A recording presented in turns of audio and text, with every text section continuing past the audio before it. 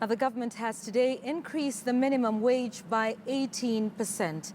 President Uhuru Kenyatta, who presided over Labor Day celebrations, directed the rise in wages as well as an increase in the non-taxable overtime and bonuses to 100,000 shillings. But workers dismissed the new minimum wage increment, terming it too little.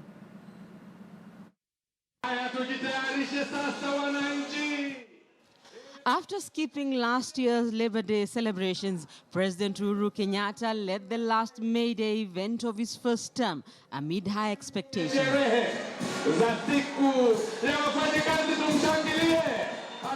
A promise by the president early last month to push for a salary increment for private sector workers had many quite hopeful, and he came bearing some good news. We know that for 2 straight years, we have not increased the minimum wage, and so after consultation with key stakeholders, I have directed that the minimum wage be increased by 18%. They offer less than the 22% that the Central Organization of Trade Unions has been advocating for.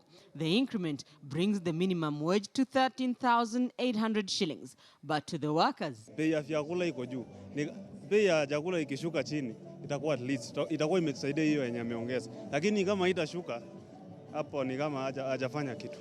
The 51st Labor Day celebrations at Uhuru Park also saw an increase of the non-taxable overtime and bonuses to 100,000 shillings.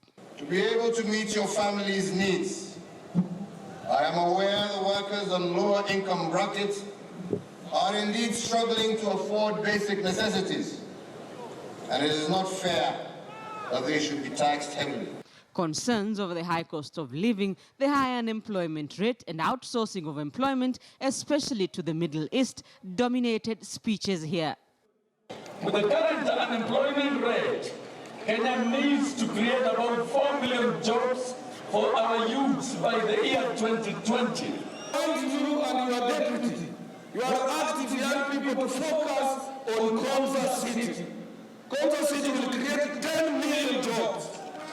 It was a day when two rivals gunning for the Nairobi gubernatorial seat on August the 8th shared light moments, and when the president ran out of patience reading his speech.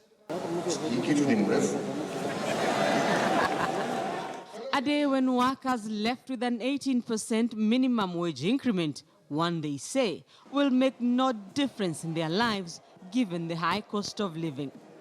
Rita Tinina, KTN News.